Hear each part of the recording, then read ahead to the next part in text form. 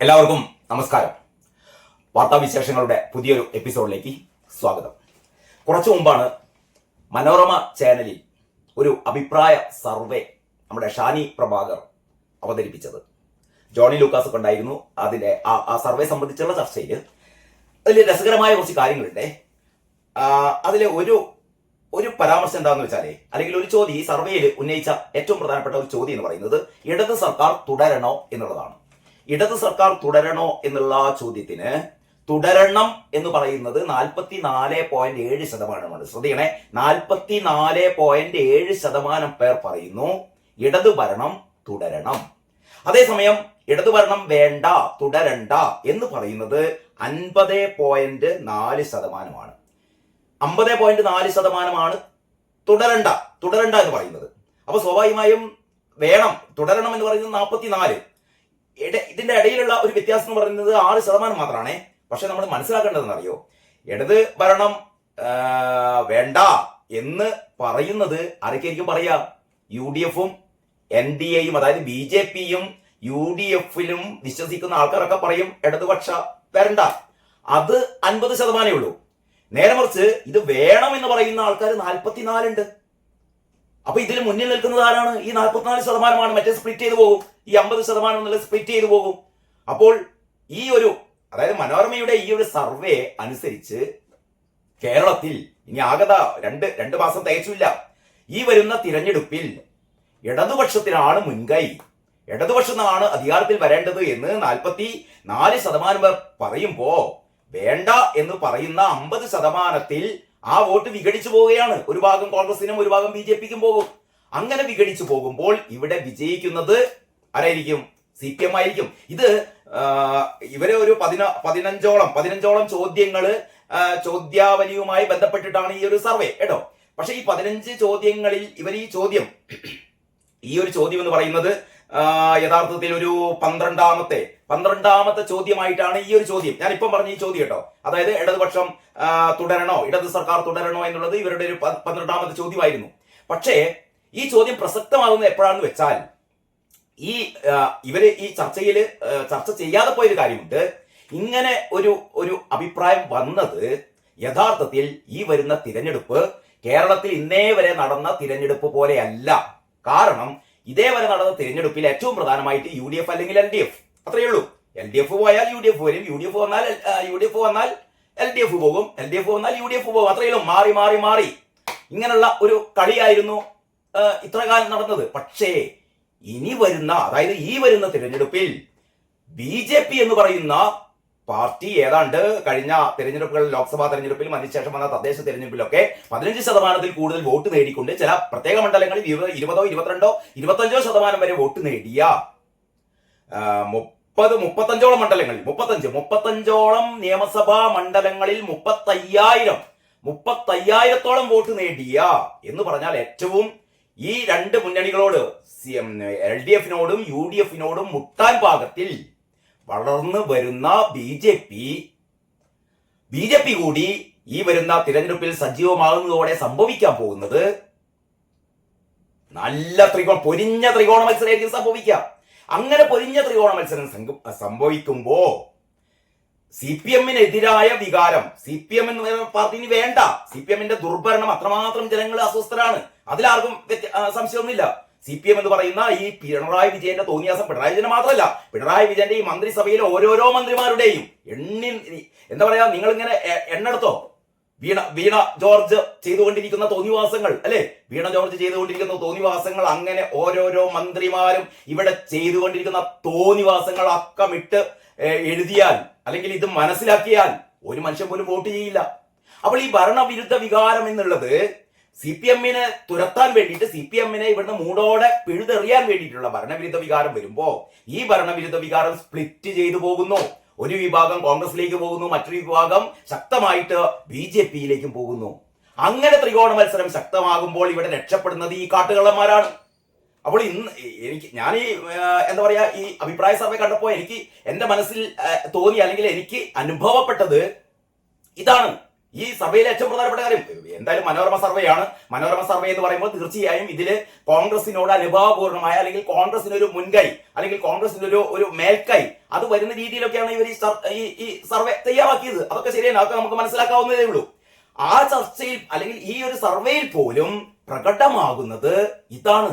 അതായത് ഈ ഭരണവിരുദ്ധ വികാരം ഈ സ്പ്ലിറ്റായി പോകുമ്പോൾ തീർച്ചയായും ഇവിടെ ഈ കാട്ടുകള്ളന്മാർ തന്നെ അധികാരത്തിലേക്ക് വരും. കഴിഞ്ഞ ദിവസം എന്റെ സുഹൃത്തിന്റെ ഒരു ഇതേപോലുള്ള ഒരു ചാനലില് ഒരു പ്രശസ്ത മാധ്യമ പ്രവർത്തകൻ, മലയാളത്തിൽ അത്ര സുപരിചിതനല്ല അദ്ദേഹം ഉത്തരേന്ത്യയിലൊക്കെ വളരെ കാലം എന്താ പറയാ അവിടെ ജോലി ചെയ്ത, അല്ലെങ്കിൽ ഏറ്റവും മികച്ച, അല്ലെങ്കിൽ ഇന്ത്യയിലെ തന്നെ ഏറ്റവും മികച്ച ഒരു ചുരുക്കം മാധ്യമ പ്രവർത്തകരിലെ ഏറ്റവും പ്രശസ്തനായ ഒരു മലയാളി മാധ്യമ പ്രവർത്തകൻ ഈ എന്റെ സുഹൃത്തുമായുള്ള ഒരു ഇന്റർവ്യൂവിൽ പറഞ്ഞത്, അടുത്ത തവണയും മിക്കവാറും ആര് തന്നെ വരും, കാരണഭൂതൻ തന്നെ വീണ്ടും വരുമെന്നാണ് അദ്ദേഹം പറയുന്നത്. പക്ഷെ അദ്ദേഹം കടുത്ത വിയോജിപ്പുകളും കാരണഭൂതം ചെയ്യുന്ന എല്ലാ പ്രവൃത്തികളും തനി തെണ്ടിത്തരാണെന്നും നാറിത്തരാണെന്നും ചെറ്റത്തരാണെന്നും പറയുന്ന അദ്ദേഹം പറയുന്നു, വരാനുള്ള സാധ്യത ആര് തന്നെയാണ്? വരാനുള്ള സാധ്യത കാരണഭൂതം തന്നെയാണ്. കാരണം ഇതിനെ മറികടന്നുകൊണ്ട് കാരണഭൂതത്തിന്റെ നെറികേടും തോന്നിവാസങ്ങളും അതിനെ മറികടക്കാൻ UDF കഴിയില്ല എന്നാണ് അദ്ദേഹം പറയുന്നത്. പക്ഷെ ബി.ജെ.പിയുടെ ഒരു പ്രത്യേക സ്റ്റൈൽ, അവരുടെ സംഘപരിവാറിന്റെ അടിത്തട്ടിലുള്ള പ്രവർത്തനം, അല്ലെങ്കിൽ ഇത്രമാത്രം UDF-നും LDF-നും ഉള്ള പോലുള്ള ഒരു പ്രതിച്ഛായ നഷ്ടമൊന്നും ബി.ജെ.പിക്ക് ഉണ്ടായിട്ടില്ല. അപ്പൊ ബി.ജെ.പിക്ക് ഈ LDF-ന് എതിരെ വരുന്ന അഴിമതി ആരോപണങ്ങൾ, അല്ലെങ്കിൽ ഇവരുടെ തോന്നിവാസങ്ങൾ, UDF-ന് നേരെ വരുന്ന ഇവരുടെ ഒരുപാട് UDF-നെതിരായും ഒരുപാട് കാര്യങ്ങൾ വരുന്നുണ്ട്. വി.ഡി. സതീശനെതിരായി, അല്ലെങ്കിൽ ഇവരുടെ ഈ എന്താ പറയാ ഈ കുതികാൽ വെട്ടും, അല്ലെങ്കിൽ ഇതിനുള്ളിലുള്ള സ്നേഹത്തള്ളലുകൾ കഴുത്തിന് പിടുത്തം, ഇമാതിരി പരിപാടികളൊന്നും ഏതായാലും ബി.ജെ.പിക്ക് പ്രകടനമല്ല. അതുകൊണ്ട് ബി.ജെ.പി വളരെ കൃത്യമായി മുന്നേറുന്നു. അപ്പോൾ ഇദ്ദേഹം പറയുന്നത് എന്താണെന്ന് വെച്ചാൽ, അടുത്ത തവണ ഒരു ആരാണ് അധികാരത്തിൽ കയറേണ്ടത് എന്നുള്ളതിന്റെ ഒരു ഡിസിഷൻ ഫാക്ടറായിട്ട് ബി.ജെ.പി മാറുമെന്നാണ് പറയുന്നത്. മേൽക്കൈ എന്തായാലും LDF-ന് തന്നെ വരും. UDF-ന് ഇപ്പം അദ്ദേഹം പറയുന്നത്, സതീശനെ കണ്ടാൽ സതീശന്റെ ഭാവവും പെരുമാറ്റമൊക്കെ കണ്ടാൽ അടുത്ത മുഖ്യമന്ത്രി ആയി എന്നുള്ള രീതിയിലാണ് മൂപ്പര് പ്രവർത്തിക്കുന്നത്. പക്ഷെ അദ്ദേഹം പറയുന്നു, UDF-ന് എന്താണ് UDF-ന്റെ നേട്ടം? ആകെ UDF-ന് വോട്ട് കിട്ടുകയാണെങ്കിൽ എന്തുകൊണ്ടാണ്? ഈ LDF-നോടുള്ള വിരോധം കൊണ്ടാണ് ചെയ്യുന്നത്. LDF-നോടുള്ള വിരോധം കൊണ്ട് ഈ തോന്നിയാസം ഇതിൽ നിന്നൊന്ന് രക്ഷപ്പെടാൻ വേണ്ടിയിട്ടാണ് ജനങ്ങള് ആർക്ക് വോട്ട് ചെയ്യാൻ പോകുന്നത്? UDF-ന് വോട്ട് ചെയ്യാൻ പോകുന്നത്. ആ വോട്ട് UDF-ന് തന്നെ കിട്ടിക്കൊള്ളുന്നില്ല. ഇപ്പം LDF-നുള്ളിൽ തന്നെ ഒരുപാട് ആൾക്കാർ LDF വിരുദ്ധമായി വോട്ട് ചെയ്യും, ഉറപ്പാണ്. CPM-നുള്ളിൽ തന്നെ ആൾക്കാർ കാത്തിരിക്കുന്നത് എന്താ പറയാ CPM-നെതിരായ എന്ന് പറഞ്ഞാൽ ഈ പിണറായിക്കെതിരായ വോട്ട് രേഖപ്പെടുത്താൻ അവർ ഒന്നുകിൽ എന്ത് ചെയ്യും? ഒന്നുകിൽ അത് UDF-ലേക്ക് മാറ്റും, അല്ലെങ്കിൽ BJP-യിലേക്ക് മാറ്റും. അപ്പോൾ പറഞ്ഞുകൊണ്ട് വരുന്നത്, ശക്തമായൊരു ത്രികോണ മത്സരം വരുമ്പോൾ ഇവിടെ ഈ കാട്ടുകളന്മാർ രക്ഷപ്പെടുമെന്നുള്ളതാണ്.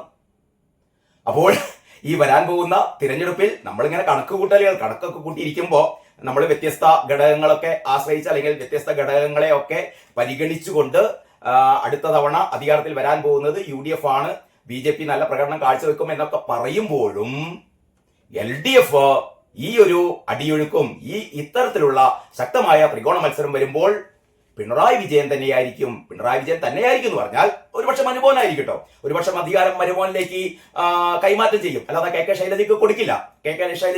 വേറൊരു എന്താ പറയാ സർവേയിലെ ഒരു ചോദ്യമാണ്, മികച്ച മുഖ്യമന്ത്രി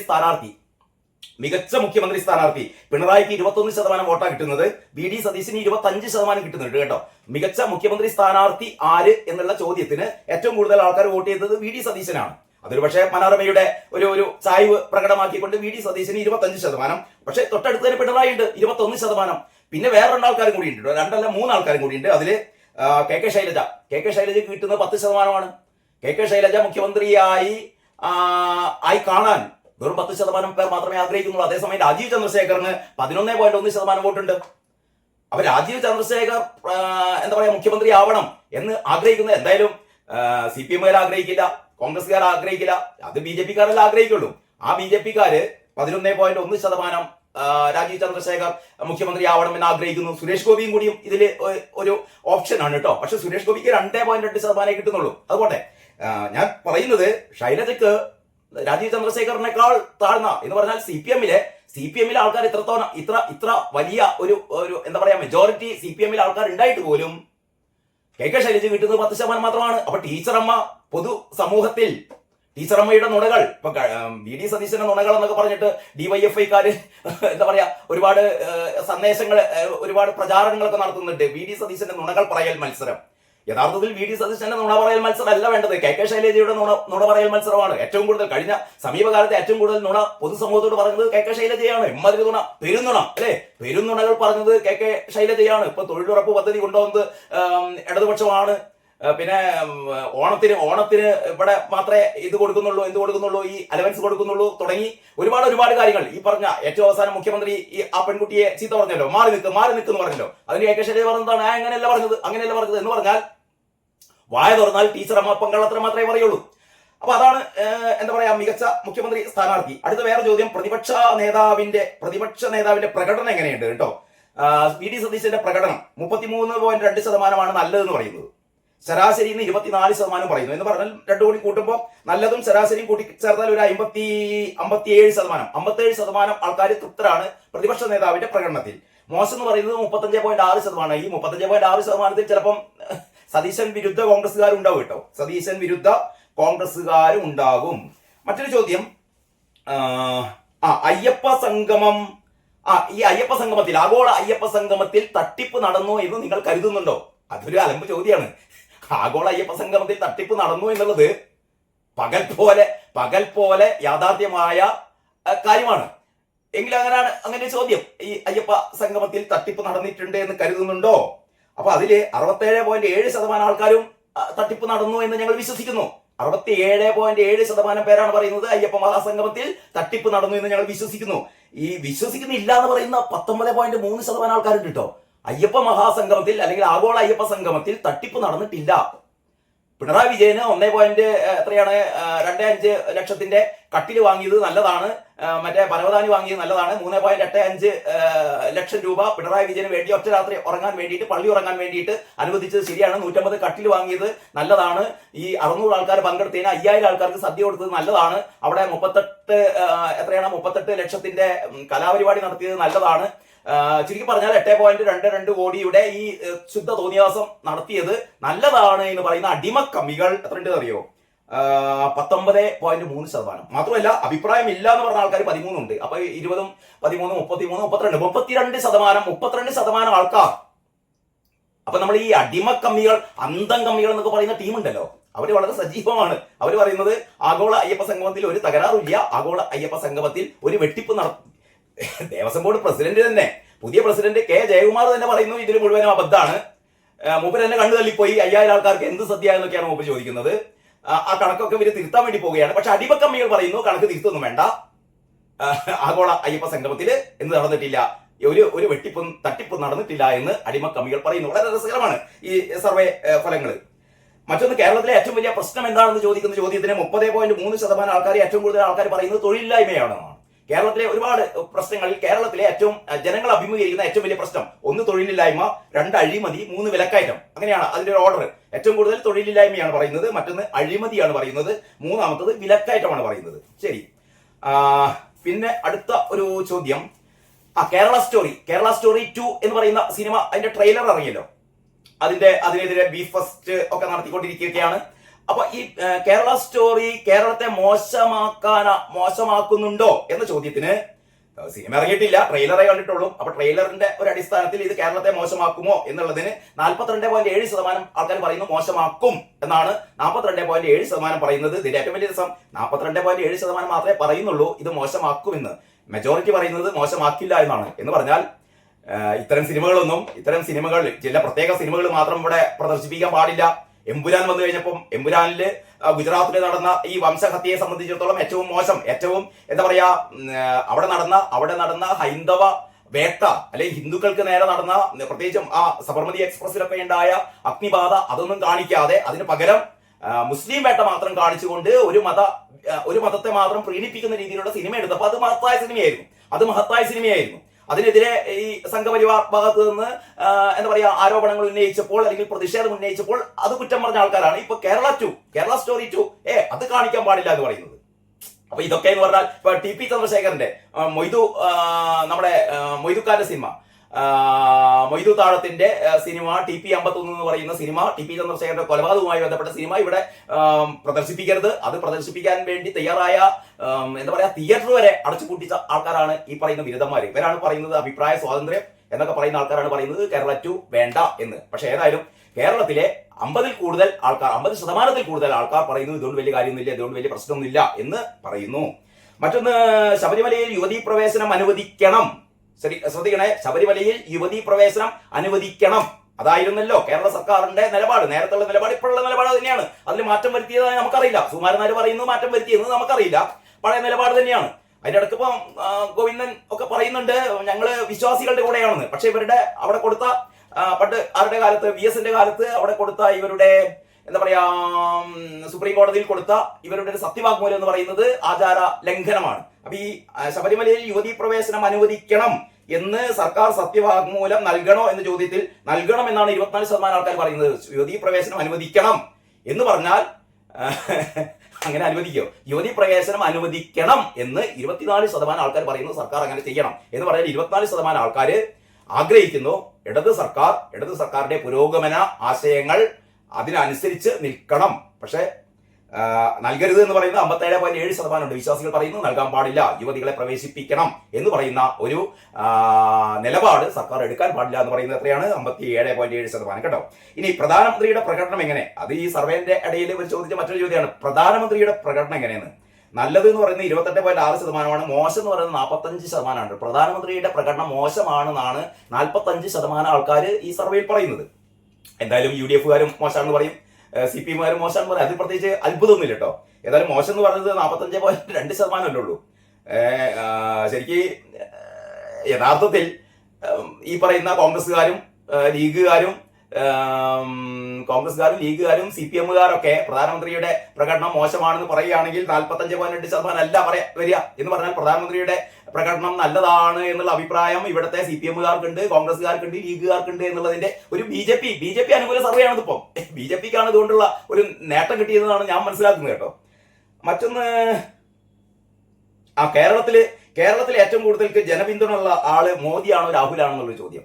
അപ്പൊ കേരളത്തിൽ ഏറ്റവും കൂടുതൽ പിന്തുണ രാഹുൽ ഗാന്ധിക്കാണ് 52%, മോദിക്ക് 27% മാത്രമേ ഉള്ളൂ എന്ന് പറയുന്നത്. മോദിക്ക് 27% മാത്രമേ കേരളത്തിൽ പിന്തുണയുള്ളൂ. കേരളത്തിൽ പിന്തുണ ആർക്കാണ്? രാഹുലിനാണ് എന്നാണ് പറയുന്നത്. അതും സ്വാഭാവികം. CPM-മാർക്കും ആഗ്രഹം രാഹുലിനെയാണ്, കോൺഗ്രസ്സുകാർക്കും രാഹുലിനെയാണല്ലോ, ലീഗുകാർക്കും രാഹുലിനെയാണ്. അപ്പൊ എന്നിട്ടും മോദിക്ക് 27% ഉണ്ട്. അതാണ്, എന്നിട്ടും മോദിക്ക് 27% പിന്തുണയുണ്ട് എന്ന് പറഞ്ഞാൽ ഇവിടെയാണ് വേറൊരു സംഭവം കിടക്കുന്നത്. അതായത് കേരളം മൊത്തം എടുത്തു കഴിഞ്ഞാൽ 27% ഒരു സംഘപരിവാർ BJP അനുകൂലികളാണ് കേരളത്തിലുള്ളത് എന്നുള്ളതാണ് ഏറ്റവും പ്രധാനപ്പെട്ട ഈ സർവേയിലെ മറ്റൊരു കാര്യം കേട്ടോ. ഇനി ബാർ സമയം കൂട്ടിയത് LDF വോട്ടിനെ ബാധിക്കുമോ എന്നുള്ള ചോദ്യത്തിന് ബാധിക്കുമെന്നാണ് 57% ആൾക്കാർ പറയുന്നത്. ബാധിക്കില്ല എന്ന് 30% പറയുന്നു ഇത് ബാർ സമയം കൂട്ടിയത്. മറ്റൊന്ന്, പിണറായിയുടെ പ്രകടനം എങ്ങനെയാണ് കേട്ടോ.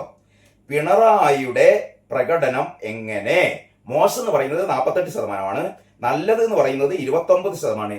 അപ്പൊ പിണറായിയുടെ അതാണ് വേറെ ഈ സർവേയിലെ ഏറ്റവും രസകരമായ ചോദ്യം ഇതാണ് കേട്ടോ. പിണറായിയുടെ പ്രകടനം എങ്ങനെ? മോശം എന്ന് പറയുന്നത് 48% ആൾക്കാർ മോശം എന്ന് പറയുന്നു. സ്വാഭാവികം. 48% ആൾക്കാർ പിണറായിയുടെ ഈ ഭരണം മോശമാണെന്ന് പറയുന്നത്. എന്തായാലും UDF-കാരും BJP-കാരൊക്കെ മോശം എന്ന് പറയല്ലോ. നല്ലത് എന്ന് പറയുന്നത് 29.6% ഉള്ളൂ.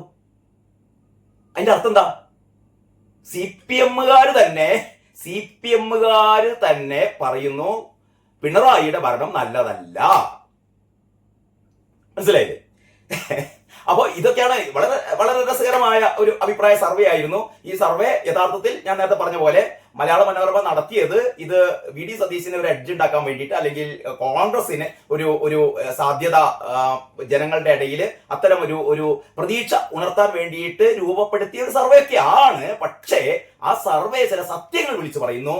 ആ സത്യങ്ങൾ ആണ് ഞാൻ ഇപ്പൊ പറഞ്ഞ കേരളത്തിൽ BJP-യുടെ ഒരു സാധ്യത വളർന്നു വരുന്നു. BJP-യുടെ സാധ്യത വളർന്നു വരുമ്പോൾ സ്വാഭാവികമായും ഇവിടെ CPM രക്ഷപ്പെടാൻ പോകുന്നു. പിണറായി വിജയനോടുള്ള അതിയായ പിണറായി വിരുദ്ധ ഒരു മനോഭാവം എന്താ പറയാ ഈ നമ്മുടെ വോട്ടർമാർക്കിടയിൽ ശക്തി പ്രാപിച്ചു വരുന്നു തുടങ്ങിയ കാര്യങ്ങളൊക്കെയാണ് ഇതിൽ തെളിയുന്നത്. അതേ സമയത്ത് തന്നെ പിണറായിയും VD സതീശനുമായി താരതമ്യപ്പെടുത്തുമ്പോൾ ആൾക്കാർക്ക് പിണറായിയോടാണ് താല്പര്യം, അല്ലെങ്കിൽ ഈ ഭരണവിരുദ്ധ വികാരമൊന്നുമില്ല, ഇടതുപക്ഷത്തോടാണ് താല്പര്യം എന്നുള്ള രീതിയിലുള്ള ഒരു എന്താ പറയാ അഭിപ്രായം കൂടി ഇതിൽ ഉരുത്തിരിഞ്ഞു വരുന്നുണ്ട്. അപ്പോഴൊക്കെ അവസാനം ഇതൊന്ന് കൺക്ലൂഡ് ചെയ്യുമ്പോൾ നമുക്ക് മനസ്സിലാകുന്നത് എന്താണെന്നറിയോ? കൃത്യമായിട്ട് നമുക്ക് പറയാൻ പറ്റില്ല. അടുത്ത തവണ ആരാണ് അധികാരത്തിലേറാൻ പോകുന്നത്? കണക്കുകൾ വെച്ചിട്ട് നമ്മൾ അതിന്റെ സാധ്യതകൾ പറയുമ്പോൾ നമ്മൾ അടിയൊഴുക്കുകൾ, എത്രമാത്രം ശക്തമായ അടിയൊഴുക്കുകളാണ് ഉണ്ടാകാൻ പോകുന്നത്.